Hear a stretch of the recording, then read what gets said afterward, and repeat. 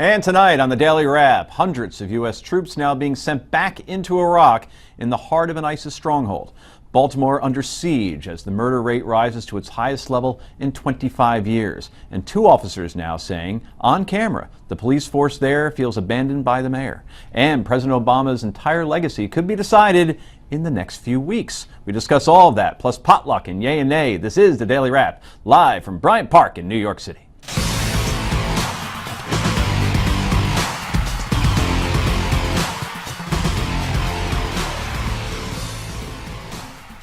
And welcome to the show, everybody. Rick Unger, Sirius, also live from Bryant Park in New York City. Yes, that's right. No one knows probably exactly where we are. Yeah, I'm sure they do out there in, Tuscaloosa, Alabama, Bryant Park. That's true, Tuscaloosa. Yeah, they know. Home of the University of Alabama. That's right. Who Ohio State beat this year on its way to the national championship. I'm not saying anything Everything about happens that. for a reason. There are no accidents. Anyway, no accident that Brad Hirschfield, the editor of the Wisdom Daily, here tonight as well in purple. That's a new look for you. Yeah, it is. Yes. Good to be here. And Noah Rothman before he heads off to Mexico with the family. We're going to talk about that for a little bit. We appreciate you being here. You are the editor of Commentary Magazine. Thank you for having me, and I appreciate that everybody now knows exactly where we are, so we can say we'll give them the hotel. And be very afraid. Yes, we'll let them know the hotel. Security will escort us out. Okay, enough chit-chat. Time for the Daily Download.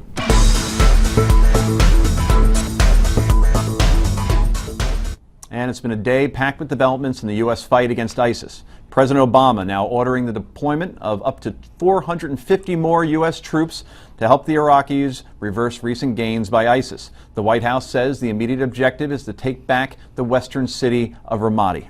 The strategy that we have discussed today in terms of ramping up our training and advising and assisting mission reflects the concern about the situation in Anbar province. The Speaker of the House, John Boehner, he supports the ramp up, but says much more needs to be done. I support the tactical move the president's taking, but where's the overarching strategy to deal with the largest state sponsor of terrorism in the region, Iran, and to deal with ISIL and all of their related groups? And meanwhile, at the G7 summit in Germany, the president said the U.S. strategy against ISIS is incomplete. The ramp-up of U.S. troops comes the same day the State Department confirmed the death of the first American to die fighting ISIS. Keith Broomfield was killed while fighting with Kurdish forces against ISIS in Syria. We're now joined by former Navy SEAL and FBI Special Agent Jonathan Gilliam. Jonathan, thanks for joining us. We appreciate it. Always good to be here with you guys, except for Rick. Except for Rick. just like we practiced.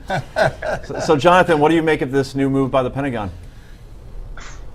Look, this is like playing with a yo-yo. It goes up and goes down, and there's nothing really. You get nothing out of playing with a yo-yo. It's the same thing with this. There's nothing going to come out of this. We've proven time and time again that the Middle East cannot fight wars against any type of aggressive enemy. I mean, that's just the case, especially when it's another Arab country or entity that's invading them or fighting them, because ultimately it's a guerrilla warfare and their forces just fold to that. Because once they can get in and infiltrate a city and get the community to fall, the rest of the people are going to fall. And unless we go in there with a coalition of westernized nations that have technology, that understand the reality of fighting, that you don't just get equipment and walk in there and then come back out. I mean, we need to have real fighters on the ground, and this is just another. Even John Boehner upsets me in what he said, because he is like everybody else differentiating between different ideologies, and the fact is, I don't care if it's Sunni or Shia, fundamental Islam is our biggest enemy in the world right now. We're in World War III, and unless we realize that, and the world realizes that, one of two things are going to happen. Groups like ISIS are going to come together, and they're going to continue to recruit all over the world and eventually cause even way more major problems that we've seen here and there in the little terrorist attacks they've had. Or Iran's going to get a nuclear bomb, and they're going to go crazy on everybody. I mean, we have no tactics. Jonathan, it's Rick Unger. Let me see if I can make being with me just a little more unpleasant for you. You know I love you. So what I just heard you say is that nothing can be done there unless the United States commit full force to going in there and solving all their problems? How can that possibly work out?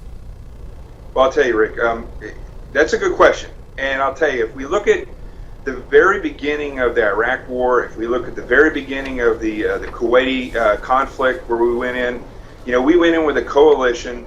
We went in with full force, and we just rocked the house. We took back everything that we wanted in that area. We then look at how we maintained that structure, and then we slowly pulled people back. We've never really fought like that, with the exception of Fallujah, where the Marines went in and did an amazing job. Even in Afghanistan, we've seen that unless you go all out in these things, you're just not going to stop it. So this is what kills me, is that people use the argument saying that they're war weary, but they're not war weary. We are battle weary because we have not fought a war. You fight a war to finish it. We just have been fighting battles, and it doesn't do any good. Well, Jonathan, as the U.S. gets ready to send more troops to Iraq, there is a report that ISIS might have its hands on a weapon of mass destruction. That's Australian intelligence officials. They're now concerned the terror group has acquired enough radioactive material to make a devastating dirty bomb. So does that change the equation when it comes to our war against ISIS? Well, look, it should change things, because here's the reality. We didn't stop recruiting. Now they're recruiting everywhere. We didn't go over there and help Iraq. Now they have all of our equipment. Now they have these super IEDs where they're like, it's not just a one shell, mortar shell in the ground. We're talking thousands and thousands of pounds of explosives that could take out an entire convoy.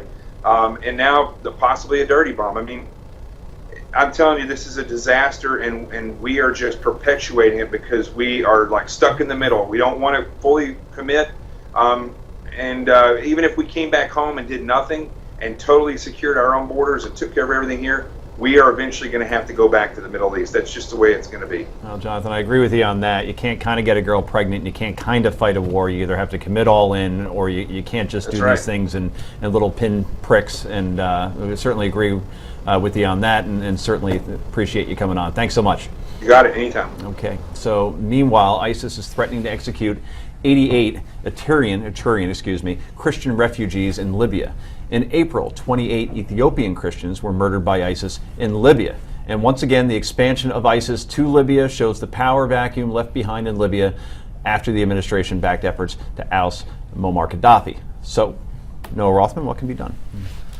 Well, I'm not entirely sure what can be done about Libya at this point. The city of Sirte has apparently fallen. Sirte is located on the Mediterranean. It's directly across from Italy, where there are approximately 50,000 refugees from North Africa. More refugees are flowing into Greece. This is now a humanitarian crisis. Where we have the opportunity to do something is in Iraq. And this mission, where it is kind of a shift, consists of putting more American soldiers into hostile territory in Anbar, setting up forward operating bases. But like Jonathan said, we are working with our hands tied behind our backs. According to reports, Baghdad hasn't sent Sunni militia members to the al-Assad base in something like 6 weeks. These are the individuals who are going to be conducting these operations, these offensive operations. Are these Iranian Sunni militia, or is it no, Sunni militias, Iraqi Sunnis. The Iranians are the Shiites. Shiites, sorry. And this is a Sunni region. So they're supposed to be the friendly troops that are going to be conducting forward missions. But these Sunni clerics that are there are under pressure now to embrace ISIS. This is the strongest tribe in the region. We're seeing the desurgification, as it were, of this region. After so much work to make the Anbar Awakening happen, it's coming apart on us. I don't really see how we can reverse that strategy with 450 American soldiers. Brad, do you think that Americans are paying attention to any of this on any serious level? I know we do in the bubble, but I don't see it. I see it as kind of like, well, it's happening over there, and who really cares? I think that's probably true for the majority of Americans. That's why I think what you opened with becomes really important. People need to understand that across the Middle East, there is a genocide against Christians going on. People are dying simply because they can't answer a Quran exam on a bus, in a hotel, in a mall. They're being murdered. And I agree with you, Noah. We've got a policy that is essentially the equivalent of trying to fill the ocean with an eyedropper.